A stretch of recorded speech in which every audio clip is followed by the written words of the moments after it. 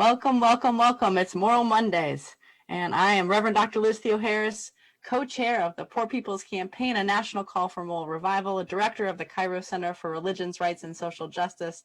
And on behalf of myself and Reverend Dr. William Barber, the second out of Repairs the Breach and the co-chair of the Poor People's Campaign, who's coming live to us today from West Virginia.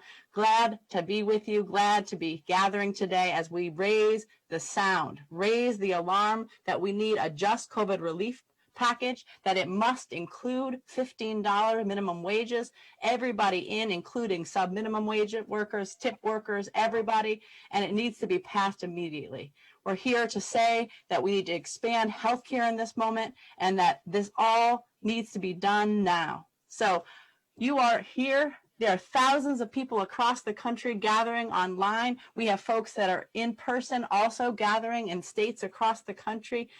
We are going to be here, and what you can do as you're in this broadcast with us is make sure you go to both the link that's on your screen or to poorpeoplescampaign.org /Moral Monday, and make sure you take action together with us. That means calling senators, and we are particularly trying to put pressure today on Senator Joe Manchin and Senator out of West Virginia and Senator Sinema out of Arizona, who are threatening to block justice, to block living wages, to block exactly what put some folks in the White House and in the Senate, because they were called forward by poor and low-income people all across this country to raise the minimum wage, to expand healthcare, to address racial injustice and systemic racism. And so we need you all to be calling those senators, because they might be a senator of a state that you don't live in, or they might be a senator of a state you do live in, but they are senators that are making decisions about the lives of millions, tens of millions, hundreds of millions of people across this country. And so we need you to make sure that you make those calls. You can also send a letter to your congressperson and say, we need a just COVID relief package that includes minimum wage raises for everybody. And we know that there are 62 million workers who would benefit from raising those wages. And so we're going to go right now straight to West Virginia to hear on the ground what people have, a message for Senator Manchin and for this nation. And so we want to welcome Reverend Dr. William Barber and the West Virginia Poor People's Campaign, a national call for moral revival. We're coming here with the Communication Workers of America, with SEIU, with One Fair Wage, with a powerful group of organizations and leaders all across this country.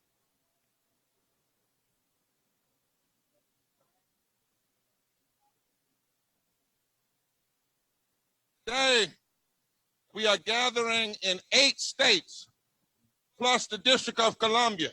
I just dropped my mask. 8 states plus the District of Columbia.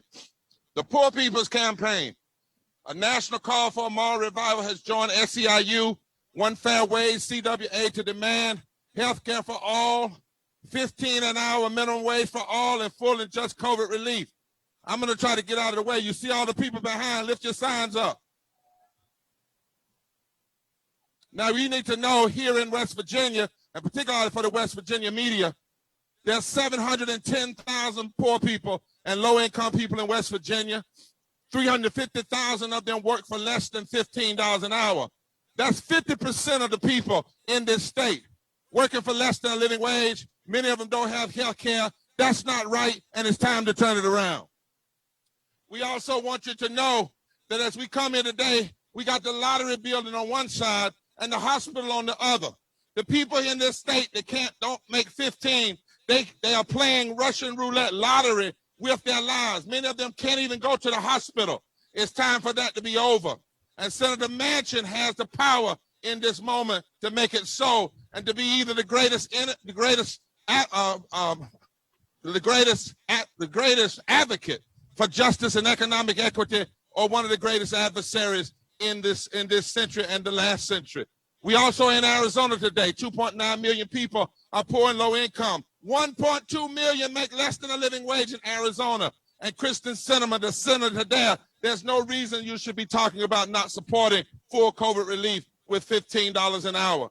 We're in 8 states. In D.C., we're gathering today 45.8 million poor and low income people, 18 million who make less than $15 an hour. We must be clear that raising the minimum wage to $15 an hour, full health care, full COVID relief is essential to lifting up those who have been hurt the worst in this society, those who have died first, those who got sick first, those who forced to go to work first. They shouldn't be the last ones to get help. And it doesn't matter to us whether they're black, they're white, they're brown, they're native, or they're Asian, or they're young, or they're old, or whether they come from urban areas, or whether they come from West Virginia, or whether they come from Appalachia or Alabama. We are God's children, and it's time for this to change.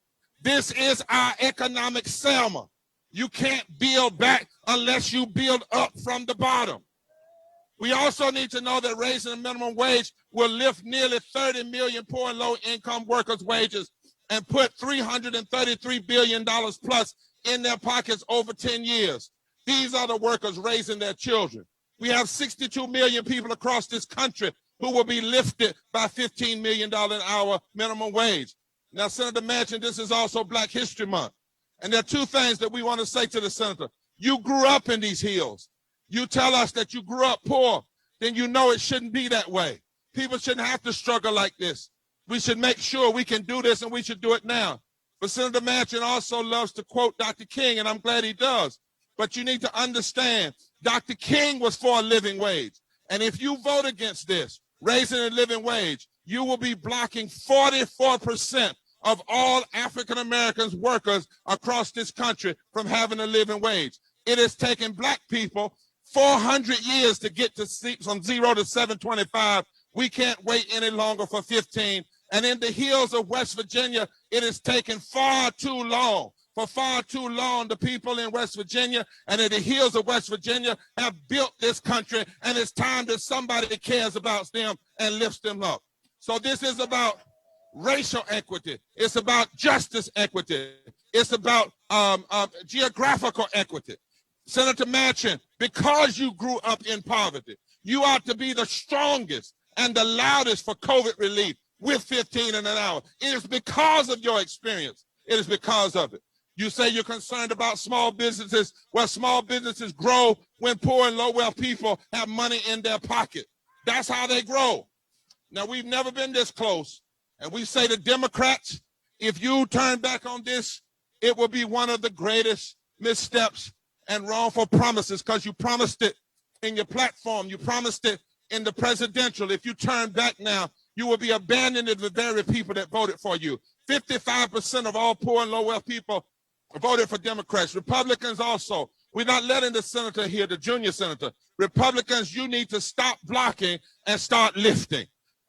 Senator Manchin, you need to be strong and clear and focused as a Democrat. The Republicans, you need to stop blocking and start lifting, because we are all God's children, and it's time that we care about those from the bottom first. Do not call us essential workers and then don't provide the essential things that we need. The time is now. Our next speakers are coming right up right now from West Virginia. First, Jean and Pam.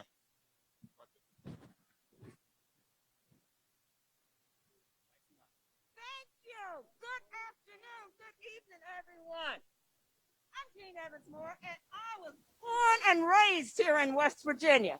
I currently live in Fayette County. Well, last Thursday, Senator Manchin met with the Poor People's Campaign. He had double masking. He had contacted us for a meeting. We did not contact him. I want you to know that. What we have done got his attention, so he contacted us. Well, one of the things I heard Senator Manchin say is he was born and raised poor. His family was poor. He knows West Virginians are poor. Well, I am wondering, since he knows West Virginians are poor, and since he knows the position he is in, why is he not working to give us the full 15 minimum wage? He knows that is lower than what is needed right now. Well, Senator Manchin, we are here to help you become the senator that you don't think you can be. That's our job. We're going to help you do that. You know, we have low income. We have people who are actually the people we're talking about. They're going to come and talk to you some more. You have met some already. But we're going to keep at it. We're not quitting. We're not giving up. That's right. That's right. And I want you to know, over there a little bit is Senator Capito. We're not letting you off the hook. That's right. You are representing West Virginians also. And we also know that you and Senator Manchin like to do these things together and get them in the newspaper. That's wonderful. Now, we want to see the two of you become the hero and shero of West Virginia. You get together. Okay. Something I kind of thought of, I kind of forgotten. Senator Manchin mentioned this $11 an hour minimum wage. You can make it off $11 an hour. Well, I don't think so. Because you're going to hear at some point one of our speakers who knows that is not true. Senator Manchin, do the right thing. Become the senator that you can become. Take care of West Virginia. Okay.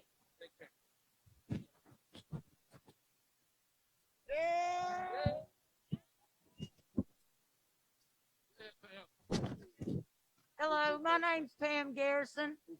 I've been a minimum wage worker my whole life, and I don't want it to be generational. Our kids are working minimum wage now. But we have to take the people on Social Security. We're supporting our young people because on minimum wage, they're paying $50 for a box of diapers. That's right. They're paying $800 rent, $350 utilities. They cannot live like that. And the older ones, it's our kids. Every one of us want to see our kids do better. We don't want to make poverty a generational thing that we hand to our kids to rake and scrape. And our grandkids, the schools are feeding our kids right now after school and on the weekends because there is such a food shortage, such a food insecurities in West Virginia. This ain't right, people. This ain't right. We're not lazy. We work. We work. We want a living wage. We want unions. We want health care. We want just what basic people need. And that's all we're asking for. Live in our shoes. Live in our shoes one day. One day. And you will see $15 an hour is not too much. We want to live. COVID relief is not too much. And if we can afford lotteries, we can afford to feed our kids. That's right. Thank you. And join us. What do you say to Senator Manchin? Senator Manchin, listen. Listen to your people. We don't want a handout. We want fair. That's right. Come and give us what we want. That's right. Do what is right. That's right. That's right. I'm gonna have to do it like this because it ain't allowing me to. Ready? All right. Back to Liz. My name is Matt Kerner, and anytime I speak, I like to start out by saying that I am a person living in long-term recovery from a substance use disorder. What that means to me is that for almost 15 years, I haven't had a drink or used any mood or mind-altering chemicals to adjust my reality to make my life acceptable to me. What 15 years of recovery has done for me is allowed me to be somebody who has taken the darkest moments of my life and turned them into my greatest assets. Yes, sir. So that today I can help other people escape addiction, escape homelessness, and escape poverty. Yes, sir. When I came out of the Army in 1990, I began working the very next day in a lumber mill for minimum wage, which at the time was $3.80 an hour. That meant that after taxes, I made $138 a week for 40 hours of backbreaking labor. Adjusted for inflation, that $3.80 today would be $765, which is less money people are making now working for minimum wage than I did then. That's right. But that $138 a week meant that when I needed to see a medical specialist because I had no health care, I had to save money for months. And after I finally got that appointment, the prescriptions that were ordered for me, there was no way I could pay for those. That's right. Not right. Let's change it. Most of my money at that time went to maintaining and putting fuel in a 20-year-old pickup so I could get to work the next week. Working for minimum wage meant that as a U.S. Army veteran, I was so poor that I had to live with my mother because I couldn't afford to be self-sufficient. When I worked at that lumber mill, I was in the office one day and somebody came in and he was begging the plant manager for a raise. His wife was pregnant, and due to a complicated pregnancy, she couldn't work. She wasn't going to be able to work for an extended period of time. And he was told by the plant manager that minimum wage is our way of telling you if we could pay you any less, we would. Talk to Senator Man. Tell him what you need. Today I work in the addiction recovery field. And one of my greatest concerns is that when I release people, I release them back into poverty, which greatly exacerbates the chances of them relapsing or re-engaging criminal behavior. Things that would not happen if they had the dignity of working for a living wage. Senator Manchin, That's it. Talk to him. low-wage workers across this country are counting on you. You have made yourself a linchpin of what is happening now in Congress. They're holding their breath and they're praying that you'll come through for them. We've spoken once, and you've talked about 2018 as being your last campaign. And whether or not that happens, we all know that you aren't working in the U.S. Senate because you needed a job. We know that you're doing that because part of your makeup is wanting to be of service to others. And the bottom line is that at some point in our lives, we all want to be the hero. We've all sat on an empty playground basketball court with the clock in our head running down. We're down to 3 seconds and we got to take that shot because we're going to bring the NCAA championship banner home to the Coliseum in Morgantown. Senator Manchin, take your shot. Do what's best for West Virginia's families and children. Think it. Bring that home to us. That's it. That's it. Powerful words and an action coming out of West Virginia. Amazing folks that are doing organizing right on the ground in West Virginia and all across the country. We have folks that speak outs in Arizona, in California, in Illinois, in Michigan, in New Hampshire, in New York, in Pennsylvania, and in our nation's capital, Washington, D.C.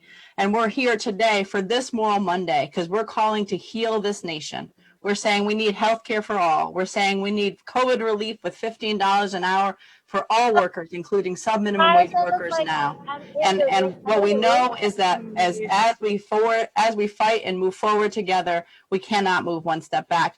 There are powerful actions still taking place, and will continue. But we're going to keep on moving. I want to now introduce and welcome Mary Kay Henry, president of SEIU, in the forefront of this struggle for workers' rights, for living wages, and to lift everybody in this whole society from the bottom. And so, Mary Kay Henry, thank you so much for the work you're doing. We welcome you and workers from SEIU to this broadcast now. Thank you so much, Reverend Liz Theo Harris and Bishop William Barber II, and to every leader in the Poor People's Campaign, a national call for a moral revival. The 2 million members of SEIU are proud to stand with you, as communications workers of America, and One Fair Wage in demanding that our Congress take action to eliminate the sub-minimum tipped wage and to raise wages to 15 and to provide a union for all working people in this country, in addition to the COVID relief that we need, and in addition to state and local governments getting the resources they need to crush the virus and to create good jobs for all of us to do all across this economy.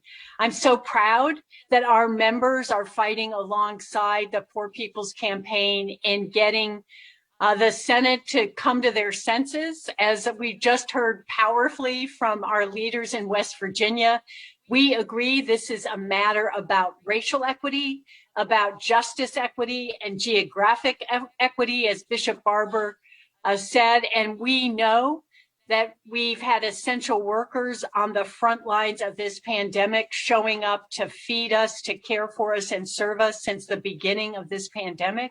And now is the time to respect us, protect us, and pay us what we're worth, to actually treat us as essential and not just call us essential. And one of the leaders in this movement from our union. Latanya Jones Costa is with me today from Atlanta, Georgia. She's a home care provider. She's going to describe why she does this work and why it means so much to her to be part of this movement. There are 4 million home care providers in this nation, earning between $7.25 an hour and $9 as the average wage for a job that is essential in caring for our elders and people with disabilities. And I know the Poor People's Campaign joins me in saying it's long past time for these women, primarily women of color and immigrant women, to be valued for the work they do. And that's why joining with you in demanding the $15 minimum wage as part of the American Rescue Plan is so essential to honoring the work that caregivers do each and every day. Latanya, please join us in telling your story about why you're fighting for 15 for caregivers all across this country. Thank you, Mary Kay. My name is Latanya Jones Costa. I'm a mother, a wife, and a home care worker in Atlanta, Georgia. I've been working in home care for 23 years. Home care is a calling. We make sure seniors and people with disabilities have quality of life. In addition to helping with baths or getting prescriptions filled, we're their confidants, their housekeepers, and their cooks. Home care workers are doing everything we can to help other people, but there's no one helping us. Despite being a PCA and having advanced certifications, my agency only pays $10 an hour. I don't have health care, paid leave, or sick time. Because of COVID and families cutting back on people coming into their homes, my agency didn't have any hours for me. I was able to pick up a client on my own, but she recently passed away. Now, as I wait for my next client, I'm struggling. I have to make the difficult choice of exposing myself and my family to the coronavirus or not get paid. I've been a part of Fight for 15 in the union for about 6 years. It inspired me to turn out my family and all my friends and neighbors to vote in November and in the special Georgia Senate election in January. Finally, I feel there's hope. We finally have leaders who will take bold action on racial and economic justice. That starts with passing a minimum wage of $15 an hour. That wage so many families like mine need. But we can't stop there. To truly change how we care for our nation's seniors and people with disabilities, we need a much bigger investment in the home care workers who are keeping them safe at home. President Biden's Care Workforce Plan would make needed home care jobs good union jobs that pay professional caregivers like me a minimum of $15 and provide basic benefits like health care and paid sick leave. Home care is essential, and home care workers are essential workers. It's time to respect us, protect us, and pay us. Thank you, Mary Kay. Powerful, powerful, powerful. I'm sure people heard that, right? We have healthcare workers, home healthcare workers that cannot get paid sick leave, that cannot get the hours, and that cannot afford healthcare in the richest country in the world. And this is not right. This is not just. All of these issues are connected, and that's why we're connecting them up and making our voices loud and clear on this Moral Monday. Now, I want to remind people that they should go to poorpeoplescampaign.org/Moral Monday and make sure that you call your senators, you send your letters to your congresspeople, and that you take action as you're tuning in. And now it's my great honor to introduce another really powerful partner in this work. We've been partnering for the last couple of weeks with One Fair Wage and Saru Jarayaman. And thank you so much for the powerful actions that people are doing across this country, in cities and states across the country as a part of One Fair Wage. We know that too often and for too long, sub-minimum wage workers, tip workers have been left out. That is a legacy of slavery. We cannot allow that to happen in this minimum wage bill. We know that all of us are committed to fighting to make sure that everybody is in, nobody's out. So thank you so much for your leadership and for helping to organize this all today. Thank you so much, Reverend Liz and Reverend Barber and Mary Kay and CWA and everybody who's a part of today's event. We really deeply appreciate being a part of a movement for, livable wages and a truly historic moment, because as you mentioned, not only is it historic to raise the wage to 15, it is historic, this bill, because there has never been a federal minimum wage increase in the history of the United States before that didn't cut out tipped workers. There has never been a bill prior to this one at the federal level that didn't actually leave tipped workers behind. Who are tipped workers? They are literally 14 million restaurant workers, and 6 million of those are mostly women, waitresses and IHOPs and Denny's across the country that even before the pandemic, they struggled with the highest rates of economic instability and sexual harassment of any industry. And with the pandemic, that became life-threatening because these workers were asked to enforce social distancing and mask rules on the very same customers from whom they had to get tips. And thousands of women across the country, some of whom were profiled in yesterday's Sunday New York Times, actually were asked to take off their masks to have male customers judge their looks and therefore their tips on that basis, which is life-threatening to them and their families. So it is become a COVID emergency. It has become a COVID emergency when you have workers who are living off tips because they get a wage of $2 and feel they must expose themselves to the virus to get tips. That is a COVID emergency. And that's why 135,000 tipped workers across the country have signed on to a petition for one fair wage, for the Raise the Wage Act, along with on Thursday, 200 small business restaurant owners came out publicly, having signed on to a letter to Congress asking for them to pass the Raise the Wage Act now. And many of those employers that signed on are with us today, providing food at the local events. I really want to thank them. We'll hear from one later in the program. And I want to thank all the tipped workers who are standing with all of you at the Poor People's Campaign and SEIU in the cold, in the rain today, in the snow and ice. I want to shout out folks around the country, tipped workers who have come out and, all over, including Damani, our leader in New York, and Mamdou, my co-founder and brother in Orlando, and so many others. And right now I want to introduce in Phoenix, Arizona, Haley, who has been a tipped worker herself and has also started organizing her peers in Phoenix, where Senator Sinema has not yet signed on to the Raise the Wage Act. So Haley, thank you for joining us.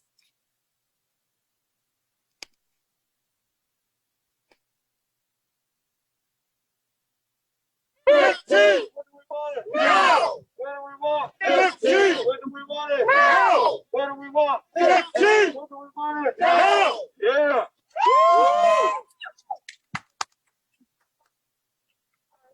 I can hold this so I can hold my feet. And we're gonna keep going. Just get it one more time because we are representing Arizona. Sí se puede. Sí se puede. Sí se puede. Sí se puede. Sí se puede. Sí se puede. Sí se puede. Sí se puede. Yes. We are all essential. And we are treated not essential. It's not acceptable. Unions work. We need one fair wage. And what do we want? Now. No. 15. With tips on top and healthcare for all. Yesterday.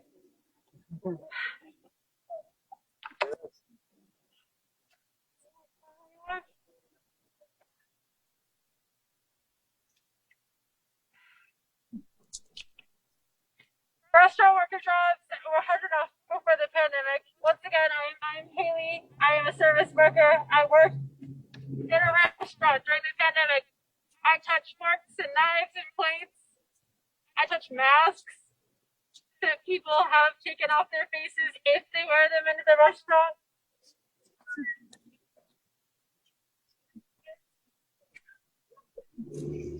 Every single day I go to work with a knot in my stomach. What am I going to bring home?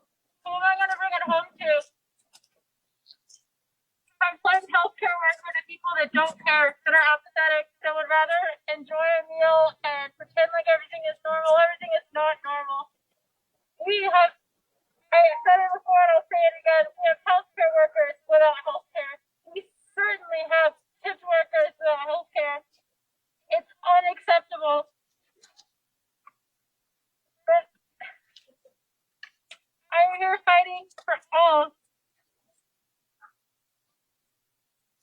Getting emotional. I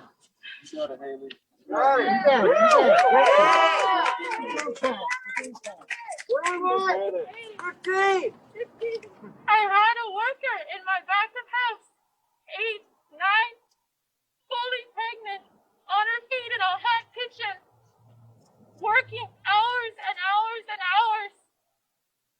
She should not be in a hot kitchen working hours and hours and hours with a life growing inside of her at the wage she's making. It's unacceptable. And that is not a one-off story. They're countless stories just like that. And it's not okay. This is absolutely atrocious, and Senator Sinema has not shown up. We're demanding that she shows up. Because when you, regardless of race or gender, anything, marginalized groups are being affected disproportionately, and it is unacceptable. We are dealing with a pandemic. We are dealing with losing homes and a crisis.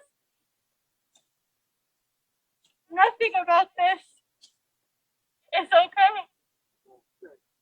And I go back to that $4, those four $1 bills that I look at on my dresser, and I see them, and I'm reminded that I am worth more, that we are worth more. Yes. We're a mighty group of people. We will continue to fight in unity and fight to have a livable wage and live comfortably and not be scared and have anxiety over who knows what could possibly happen. It's not right. And so I'll continue to reiterate, Senator Sinema needs to show up. Right.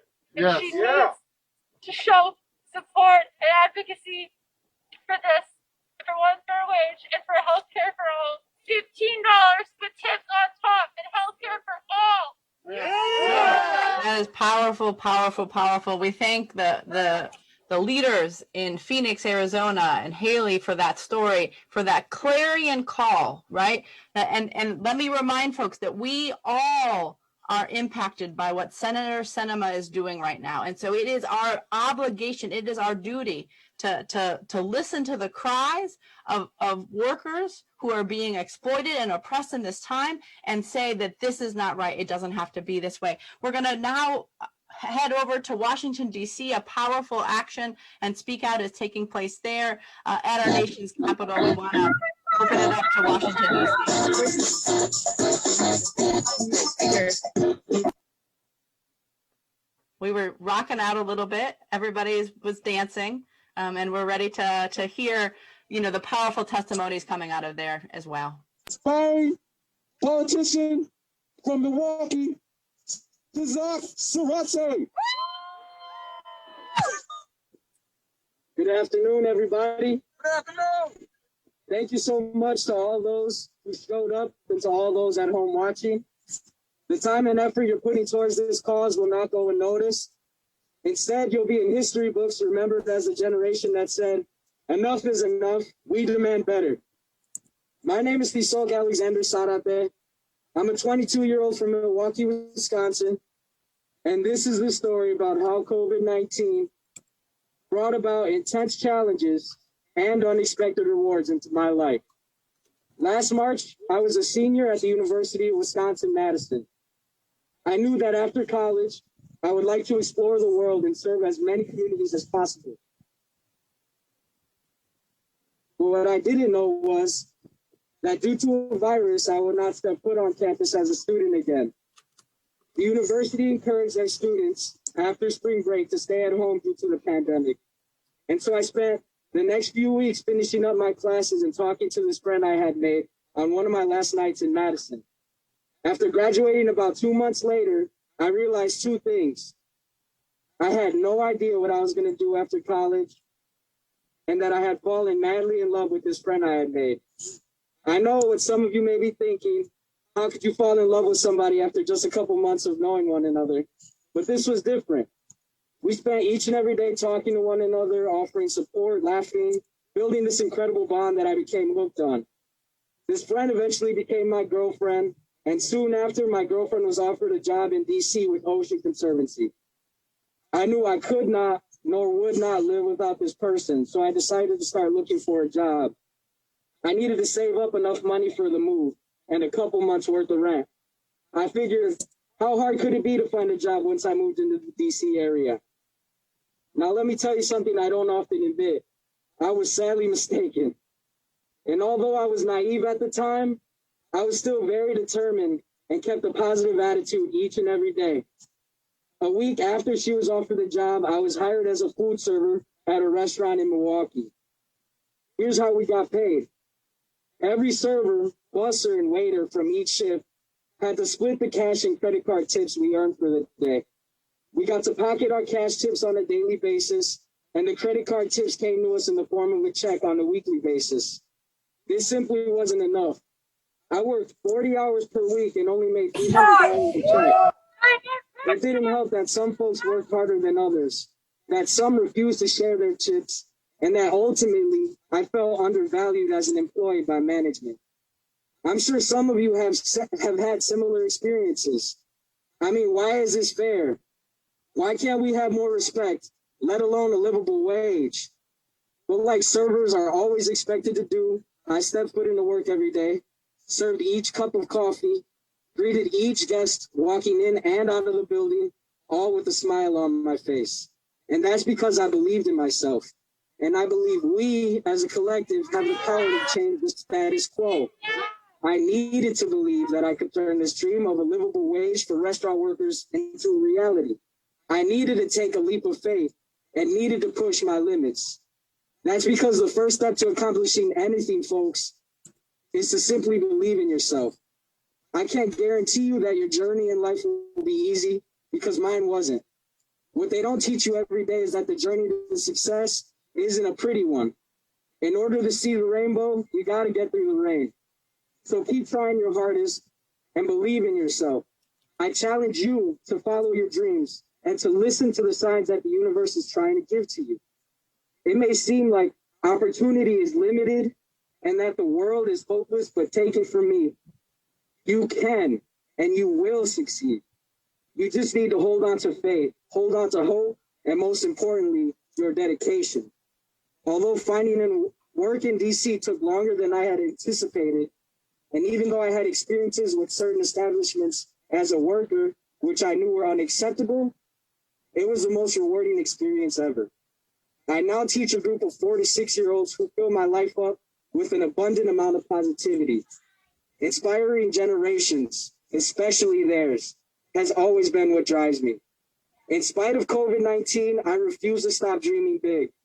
One day I'll open up my own taco stand, my own school, and become a politician so that I can advocate for things like equity and equality for all. Here I am. It's a powerful testimony going on and a powerful action at our nation's capital. We do have dreams, and that's the reason that we are here on this Moral Monday while we're organizing together. I'm going to go straight to New York City, where folks are in the snow, in the rain, in the sleet, and we'll hear from leaders there in New York City.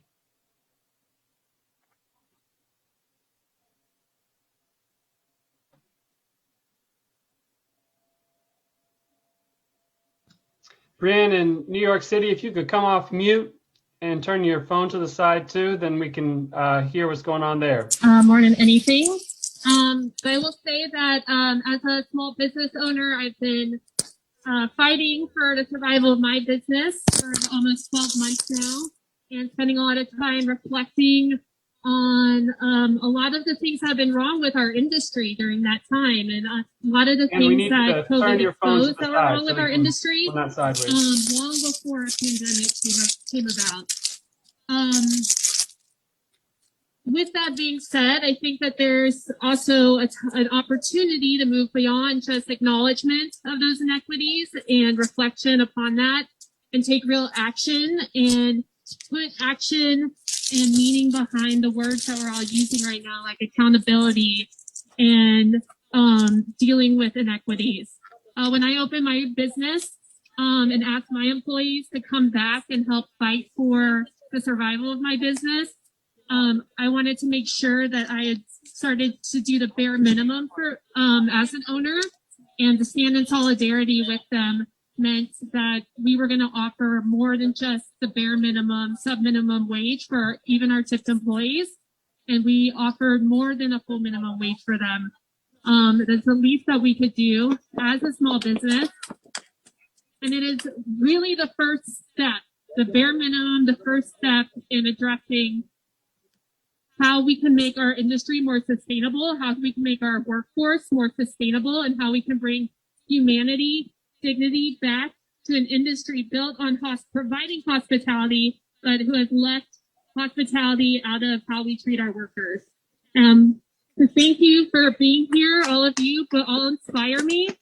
I'm asking for not just Senator Schumer and our other elected officials to stand in solidarity with workers, but also my fellow business owners to stand up, take accountability, and support the people that are supporting them to open their doors every day. So thank you. So we're hearing from business owners, we're hearing from workers about why we need a living wage, why we need comprehensive COVID relief, why we need to expand healthcare. We're moving next to Chicago. Powerful speak out and action taking place there. Chicago, welcome to Moral Mondays.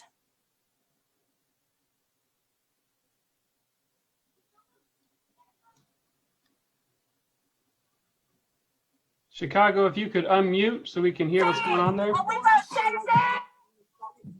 We're gonna shut it down because we need this thing. Call your conference.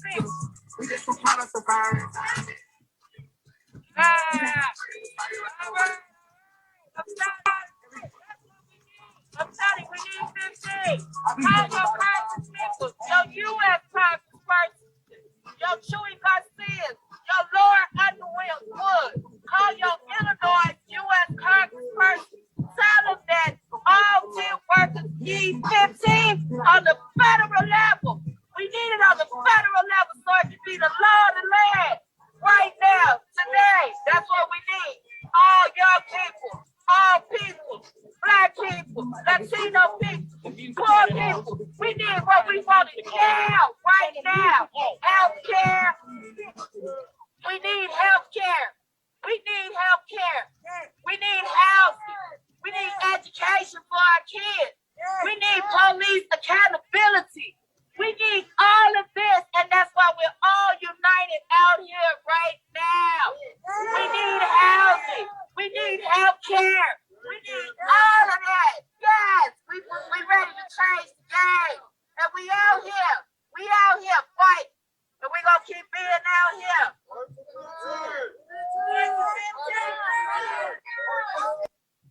We heard the call to action in Chicago, but we need health care. We need to raise the wage, and we need everybody here to call your senators, to call Senator Manchin and Senator Sinema, make sure that we actually have a just COVID relief package that includes minimum wage of $15, the rights for union members to keep on organizing, and to include sub-minimum wage workers in that. We're going to move to Detroit, where folks are also speaking out and organizing. Welcome, Detroit. Please come off mute and share with us what you're doing out there today.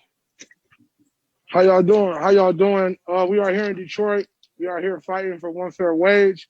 I am Devontae Burnley. I am an executive chef, and I just wanted to kind of talk about what's going on in our city and the struggles that we're having with this one fair wage being very, very necessary for tipped and non-tipped workers. The restaurant industry is one of the most strenuous and most backbreaking industries to work in, where we were required to work very long hours for multiple days and unfortunately get minimal benefits and minimal pay. I can recall an experience in my life personally where at 19 years old, I became a single dad, and I having to work 50 hours plus a week at 2 different jobs just to be able to pay my rent and pay for some decent daycare to keep those jobs. Because if I didn't pay for the daycare, I had nowhere to keep my son. Thus, I couldn't work. So it's an extremely unfortunate trickle-down effect to have to pay for daycare and pay for childcare just to be able to go work 2 separate jobs and have no work to life and family balance. The stress of working on these multiple jobs, the stress, because the goal ultimately is always to work one job and get paid one place at a fair wage. Having to work 2 separate jobs, work 100 plus hours a week, and virtually have my child be raised in daycare centers and by other family caused me to actually have a mental breakdown. It pushed me into an alcohol and drug-induced lifestyle that was extremely unhealthy, and it caused me to ultimately have a mental breakdown. Having been paid one fair wage at one place for tipped workers and non-tipped workers is essential. Mental illness is extremely linked to the restaurant industry far too often, and a lot of that is due to monetary. It is due to not being paid. It is due to working long hours, back-breaking work, and not being paid the fair wage. It's essential that we get tipped workers and non-tipped workers paid a fair wage in order to honestly eliminate all this mental stress that's happening in the industry and give people the opportunity to actually raise their children and take care of their families in a healthy and safe way. Thank you, and that's what I got to say for Detroit. One fair wage is necessary. Thank you. Powerful Detroit. Yes, we heard it. We do need one fair wage, and we need it now. Not in a couple years, not over time. We need it now. We're going to move to New Hampshire, Portsmouth, New Hampshire. Please come with us today, and we're here ready to hear why you're out there and the action that's happening there. Hey everybody, Isaac Grimm here from Rights and Democracy, New Hampshire, out here with the leftist marching band, out here with our crew, our activists, saying that it's time for Maggie Hassan, for Senator Jeanne Shaheen to stand up and co-sponsor the Raise the Wage Act. We need them to stand with workers from across the country who deserve a livable wage. And we're out here keeping warm by dancing. I'm going to pass it over to the marching band to help us get down.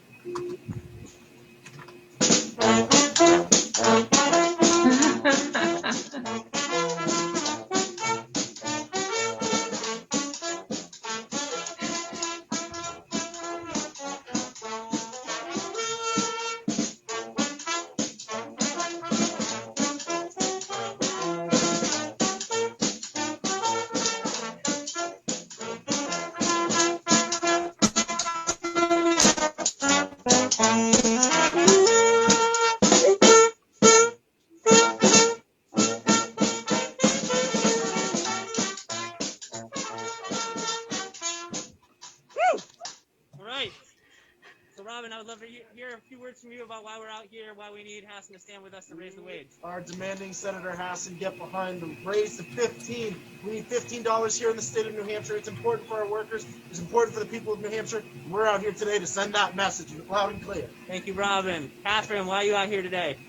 I'm here because I think that if we can believe in freehand economics, where was the freehand when Lehman Brothers collapsed? And it's easy to believe in freehand economics when your pockets are full. So I'm just asking for just decency and to give some dignity to people. And the reason why we don't have more people here is because they're all out working, trying to pay the bills. That's right. We're out here, but we're trying to keep it safe. And we're out here because we know that tens of thousands, almost 200,000 workers in New Hampshire would benefit from a $15 minimum wage. We know that our restaurants, that our businesses can afford that, and it could make our economy stronger. We know that folks have been struggling to get restaurant workers to come back to work, and this would make the difference for them. We're out here not only for justice and fairness for our people, but for an economy that's stronger in the face of this pandemic and this recession. We know we can do it, and we need our senators, Hassan and Shaheen, to stand with us. Thank you all for being out here across the country, and we hope we can get our senators on board now. We need it now. Raise the wage now! Powerful message and call to action from New Hampshire. We thank everybody that's out there. And we do have our marching orders and luckily also a marching band.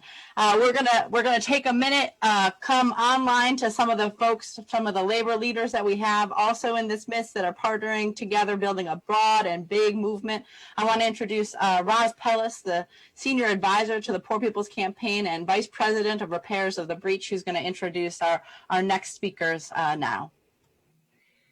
So this is a powerful day all over the country, but we really are seeing today people all over the country standing up and demanding COVID relief that must definitely include a minimum wage raise to $15 an hour for all workers and health care for all.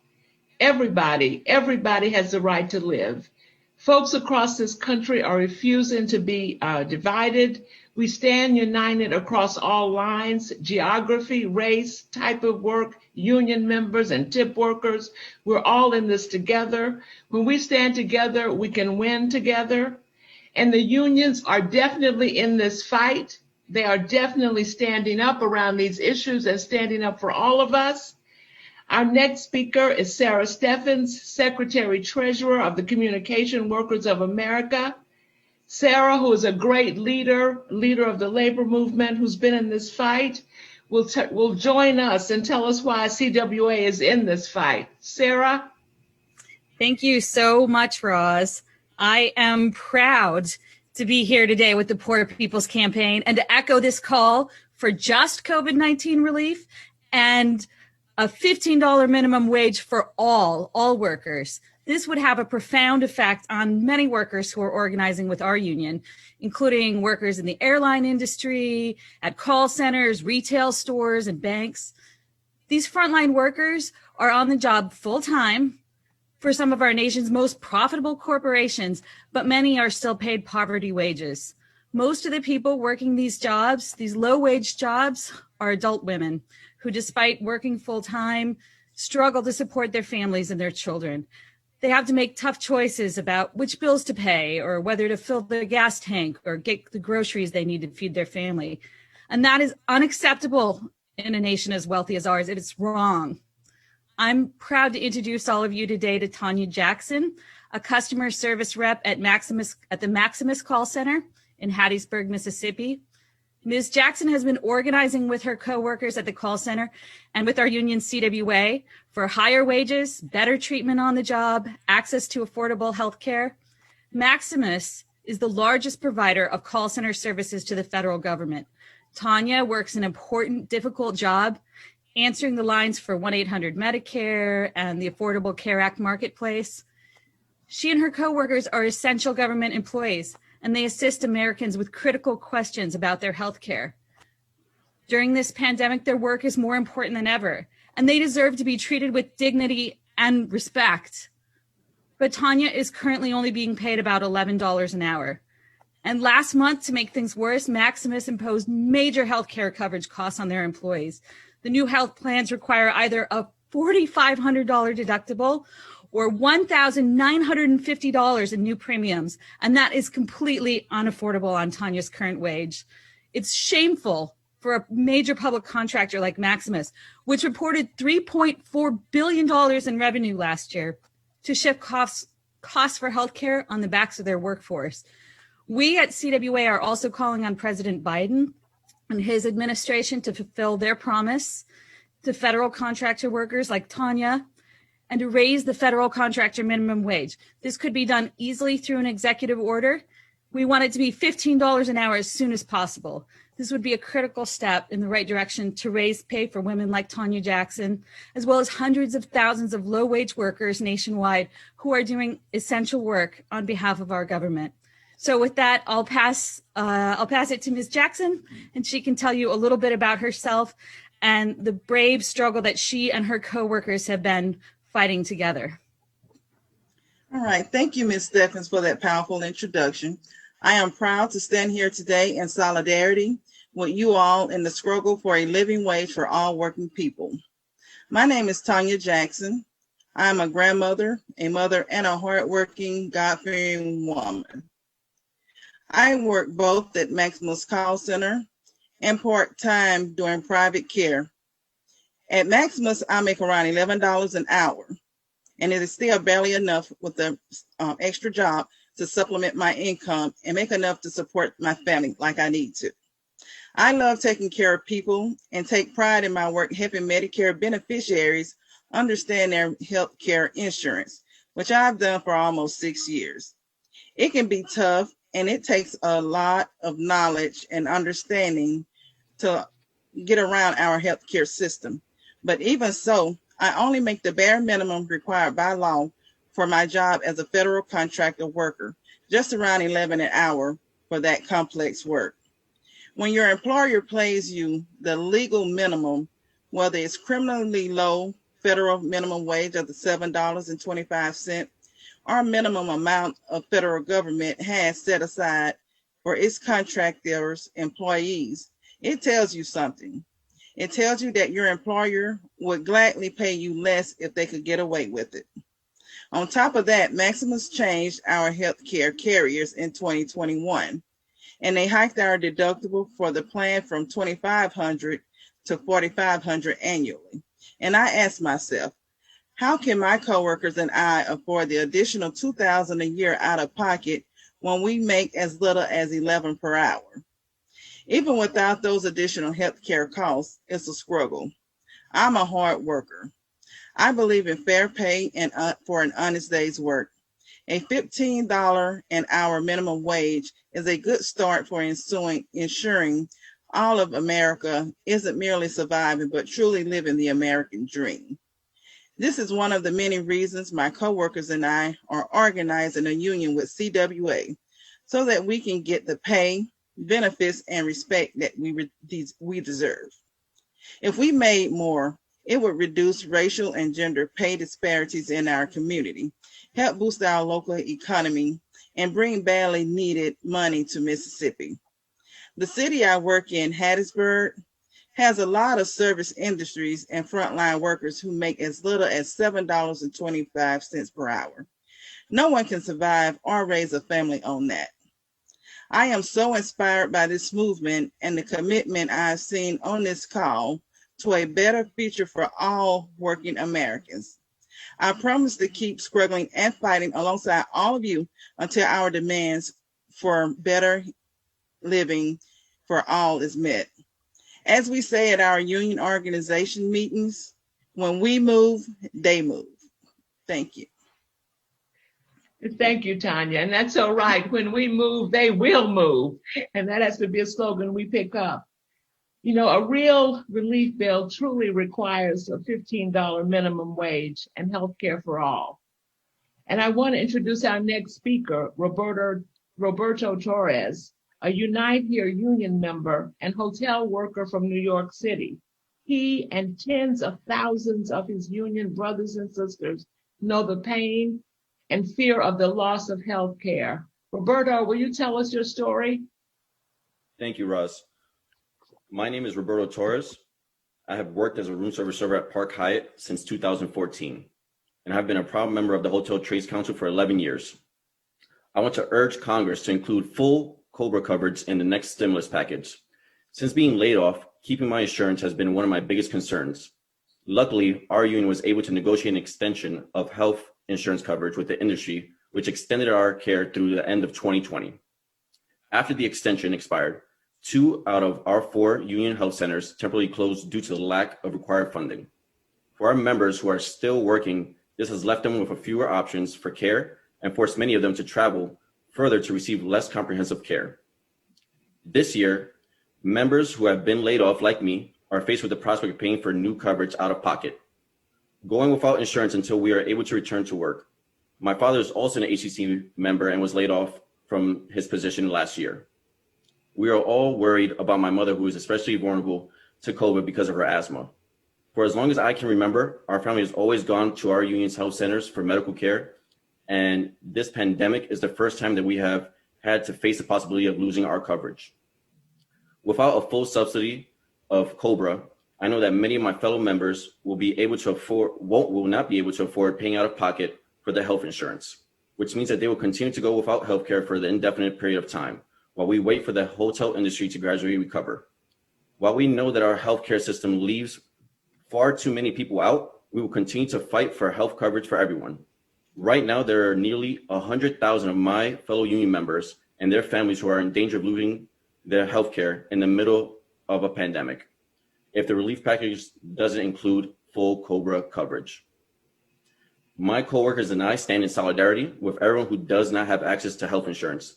During this pandemic, we don't want to see anyone go backwards. We are all standing together for health care for everyone. Thank you for your time. Powerful stories, powerful organizing that people are doing, and indeed, this is a moment for solidarity, and that's what we're seeing today on this Moral Monday in cities and states across the country as these organizations and unions come together. We still have more speakouts that are taking place, and so I want to move us quickly to San Francisco, California, where we're going to hear why people are there organizing and how important it is for us to all come together and join. So California, if you would come off mute, we'd love to hear what you're out there doing today. Packer, delivery driver, Linda Liang has been a restaurant cook, a culinary instructor, a food tour guide, and a private chef. And she started supporting the Poor People's Campaign and One Fair Wage last year. So I want to invite Linda Liang to come tell us what it's like. Linda Liang, we're going to invite you to come speak to the nation about your situation. Thank you. Thank you, Now. My name is Linda, and like she said, I've worked in the food service industry for the past 7 years in California all the time. So luckily, I always had one fair wage plus full tips on top. And the places I worked at distributed the tips equally between front of house and back of house staff. So it really helped with the peace of mind, knowing that I had a baseline wage that I could always count on. And this also shielded me from the blatant sexual harassment that workers in other states would experience. During the pandemic, when I lost my jobs, fortunately, my wages were high enough to qualify for unemployment. It took 3 months of constant follow-up, but it finally came. But all of that is just to say that I'm not immune from other issues in my industry. For example, it's extremely expensive to live here in the Bay Area. Everyone here can sort of attest to that. The living wage here is probably closer to $30 an hour. So because of that, the gigs here are extremely competitive to come by. And I've always had to have 2 to 3 jobs at any given time just to stitch together a livable income.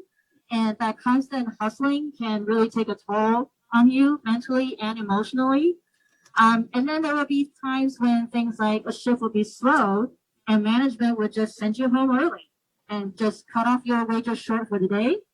And then when I started moving into spaces where I was one of the few people of color, I would notice very subtle slights from my white coworkers, such as they would take credit for things I said or did earlier. Just, very kind of little gestures like that can sort of accumulate over time. And so all of this is very common in my industry and across all industries, but that doesn't make it okay. We all deserve to prosper and to live with dignity and respect.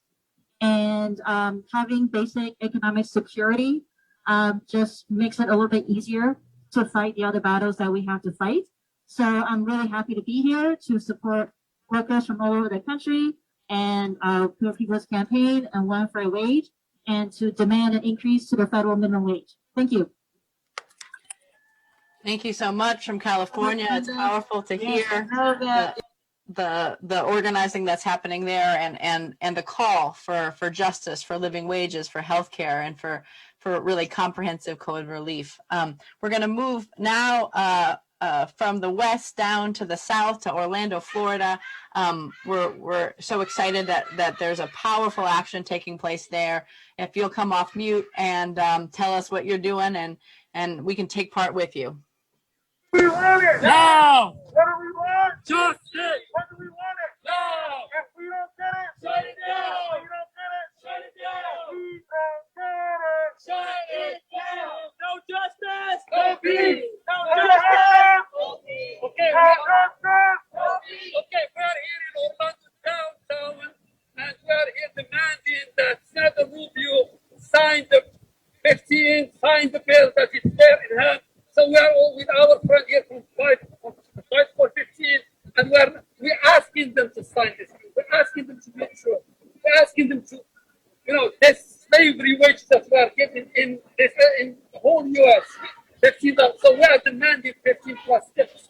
And I'm here with my friend from Fight for 15, and Sam is a worker at Starbucks and Hi, my name is Sammy. I am a worker at Starbucks. I make $11 an hour. And that is a sub-poverty wage. That is not enough to pay the $1,000 a month rent bill in Orlando, Florida. 61% of Floridians voted in favor of the $15 minimum wage. So it should be common sense that Marco Rubio and Senator Scott vote yes for a $15 minimum wage, not just for retail hourly workers, but also for tip workers, also for workers with disabilities, and that they stick up against the Florida legislature that's trying to take away $15 from people who are supposedly hard to hire, from people who are under 21, from people who are returning citizens who have served their time. And so we're asking today that Senator Rubio and Senator Scott both vote yes for the $15 minimum wage nationally, and that they stand up for Floridians across the state and make sure that they all get $15 an hour. Thank you so much. What do we want? Powerful statement. When do we want it? What do we want? 15. When do we want it now? When do we need it now? So it's powerful to hear the protests, the voices, the stories, the testimonies we heard it from Florida, right? Where in record numbers, poor and low income people turned out and voted for living wages. And we saw this across the country. We have one more place to go, and that's Pennsylvania. The action was kind of rained out today, but we want to hear from Tammy Rojas out of Pennsylvania about why people are organizing, why we need to include healthcare, expand healthcare, why we're making the connections between living wages and healthcare and vaccine equity, and why we need to do this now. So Tammy, thanks so much for being here with us. Thank you, Reverend Liz. So my name is Tammy Rojas.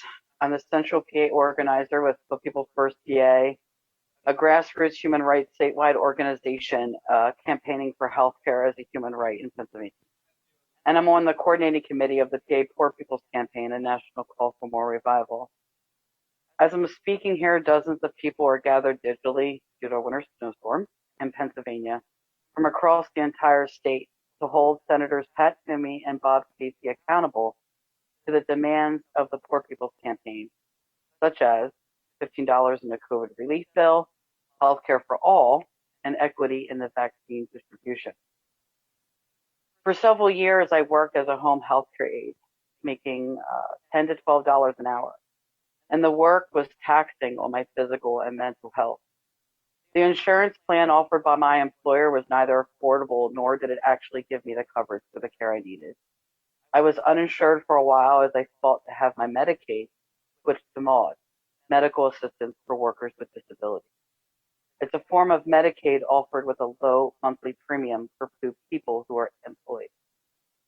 There were times even the premium was difficult to afford, and if you don't pay, they drop you quickly. Due to gaps in my healthcare coverage and lack of funds, I developed long-term health conditions that could have been prevented if we had healthcare as a human right in the United States. It's not fair to make people choose between healthcare coverage and employment.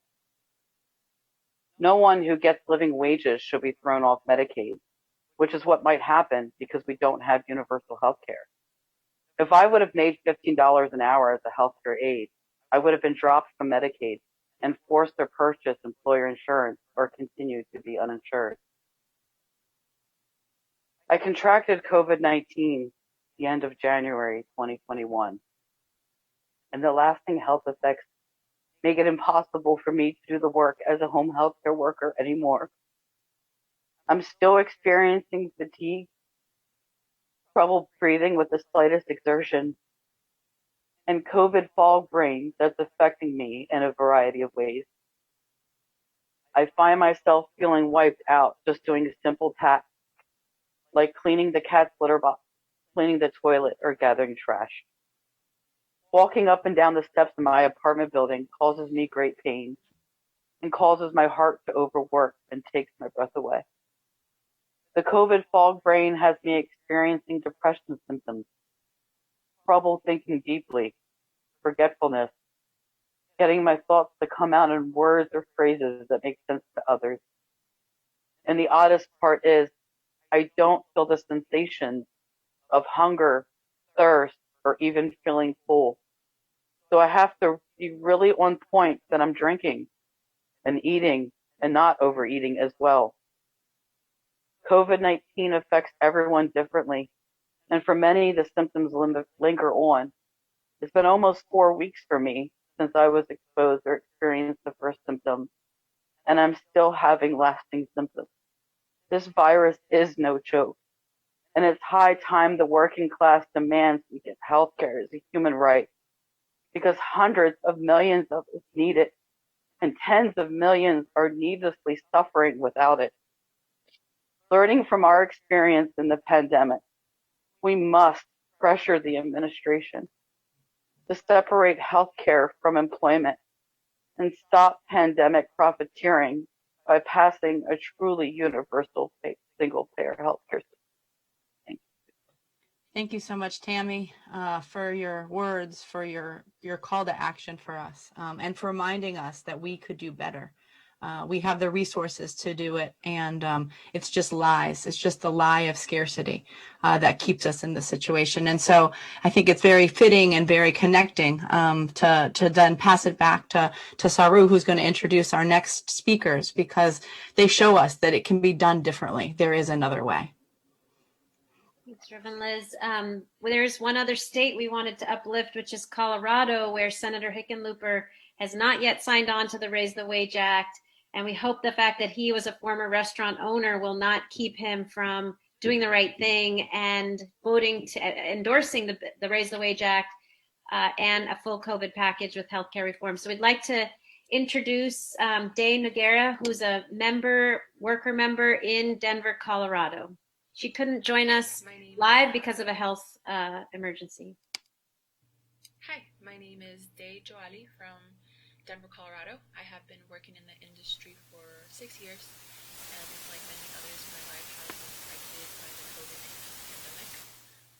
I am constantly having to expose myself to the virus, and I have been experiencing a new form of harassment, which is from those who take it upon themselves to defy the CDC guidelines.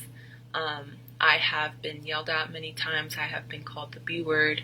I have had people take off their face masks and get close to my face just to prove a point, which hasn't been easy considering that my family, who's also in the industry, have been laid off or have had our hours reduced to the bare minimum, which doesn't make it easy to pay off any of the already existing bills that we have and the piling medical bills that we have.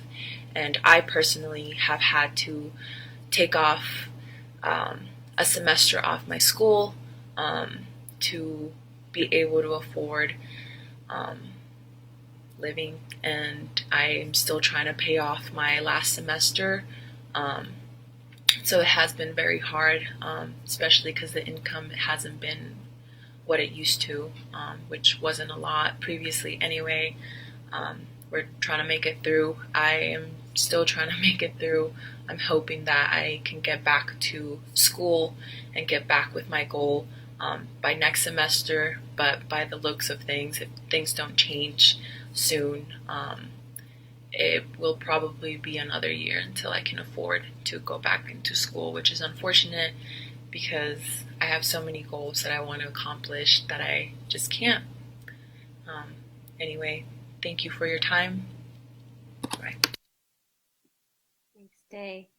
And then also have a fabulous small business restaurant owner from Colorado, who's both in Colorado and Arizona. Thank you, Pete Turner, owner of Illegal Pete's in both Colorado and Arizona, where we've got senators in both states still not signed on. Thank you for your patience, and thank you for joining us today. Thank you for having me. Excited to be here, and yeah, have the pleasure of doing business in both states. I've been in Colorado. August 15th will be 26 years. Celebrated our 25th anniversary in a weird year last year. And been in Arizona for 6 years. Anyway, so yeah, talking to Senator Sinema and Hickenlooper again this Wednesday. Anyway, as a business owner, we implemented what we called our living wage program starting in June of 2015, where we took our tipped minimum wage from $9 in 3 bumps over 3.5 years to $15 minimum with tip on top. That last raise to $15 was January of 2019.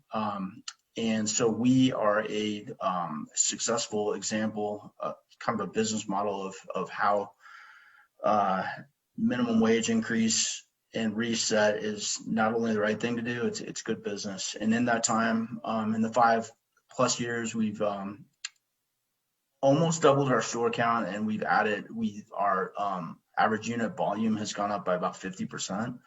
We've got very low turnover because, for obvious reasons, and a highly engaged staff that has allowed us to see top line sales growth, but bottom line efficiencies and more engaged staff that are really looking out for the business. And so I am here to basically advocate for the minimum wage increase.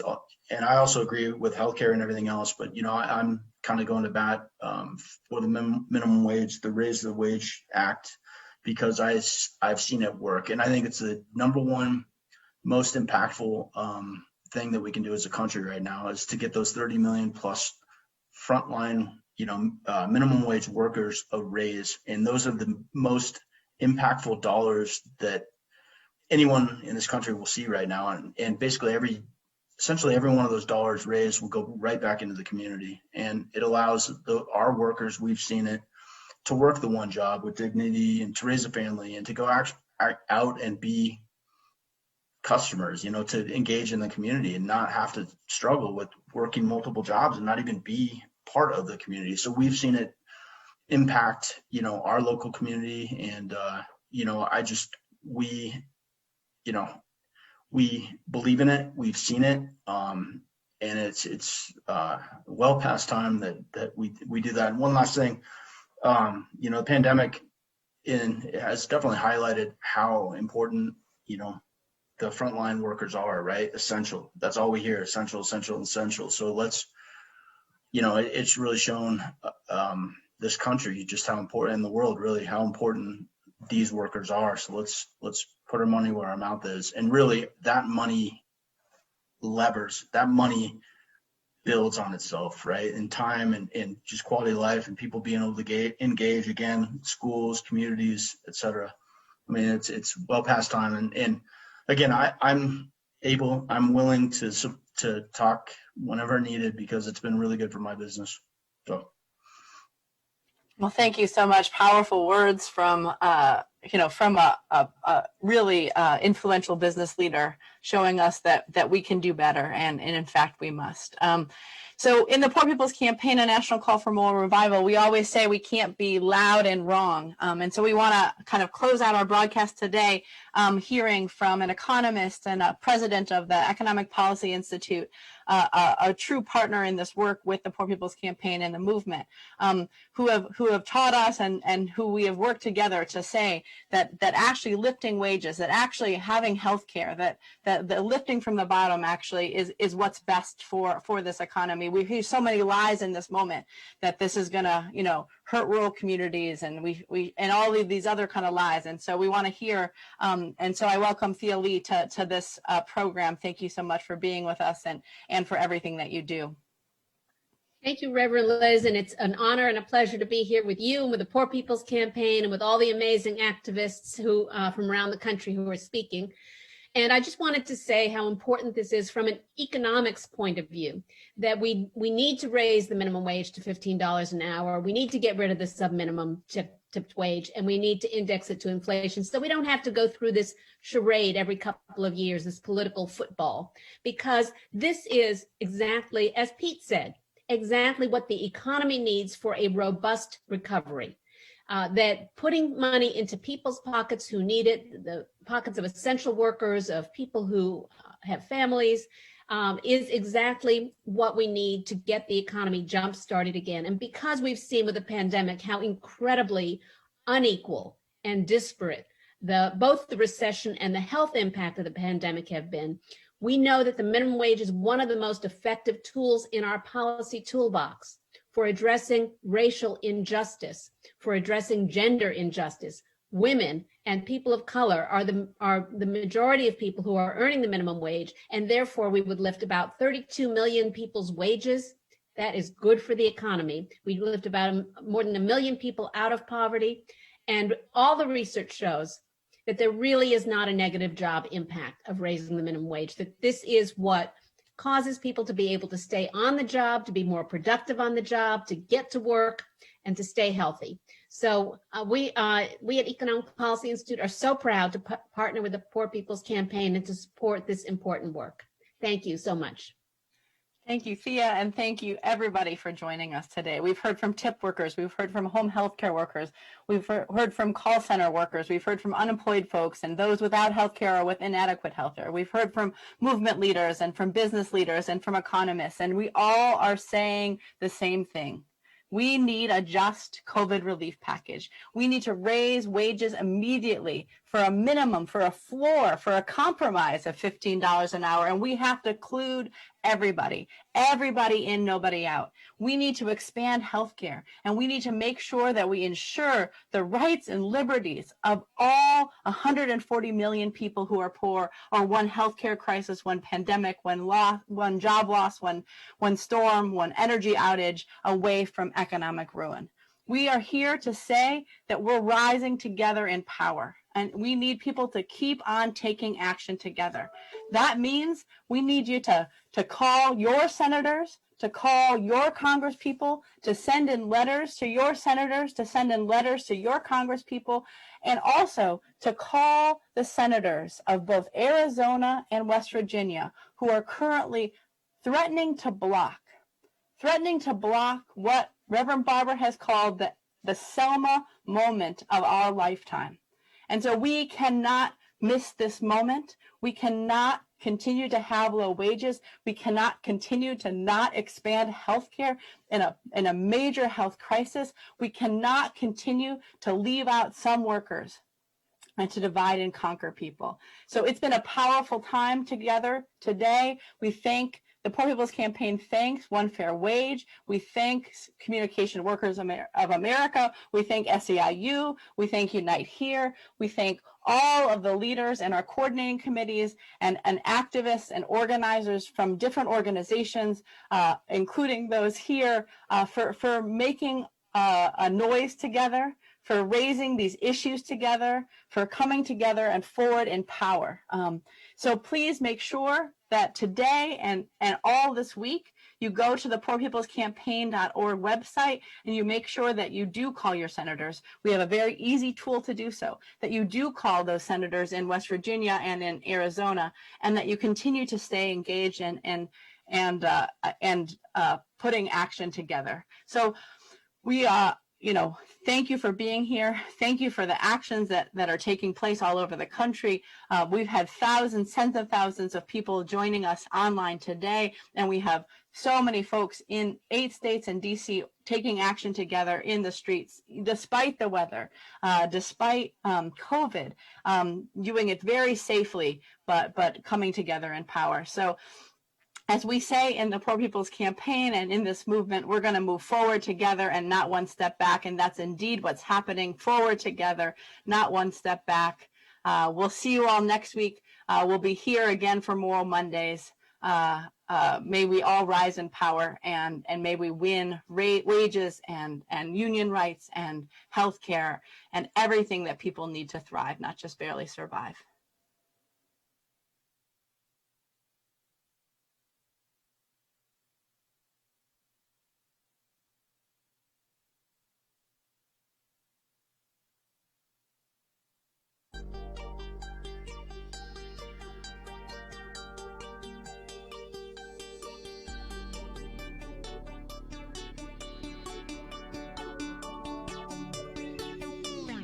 hold up. I ain't going. All I know is work. I ain't going. All I know is I ain't going. All I know is work.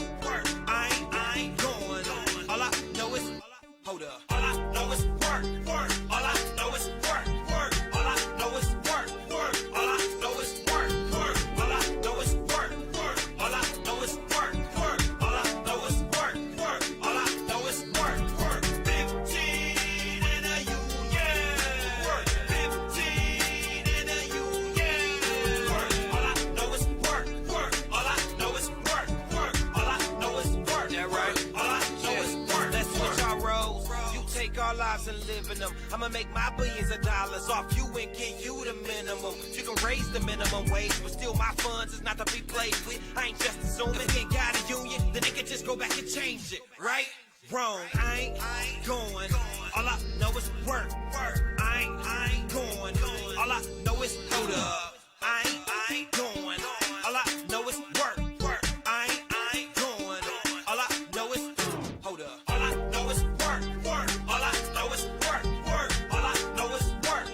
All I know is work. All I know is work. All I know is work. All I know is work. All I know is work. 15 in a union. 15 in a union. All I know is work. All I know is work. That right. All I know is work. Look. Hey, I'ma get what I deserve. These people got some nerves. Got me working all of these hours and I'm still broke up on the first. Man, please. They can't tell us no. You can keep the favors. I just want my dough. And if they don't, then I ain't going. All I know is work. I ain't going. All I know is hold up. I ain't going. All I know is work. I ain't going. All I know is work. All I know is work. All I know is work. All I know is work. All I know is work. All I know is work. All I know is work. All I know is work. All I know is work. 15 in a union. 15 in a union. All I know is work. All I know is work. All I know is work. All I know is work. I ain't going. All I know is work. All I ain't going. All I know is I ain't going. All I know is work. I ain't going. All I know is hold up.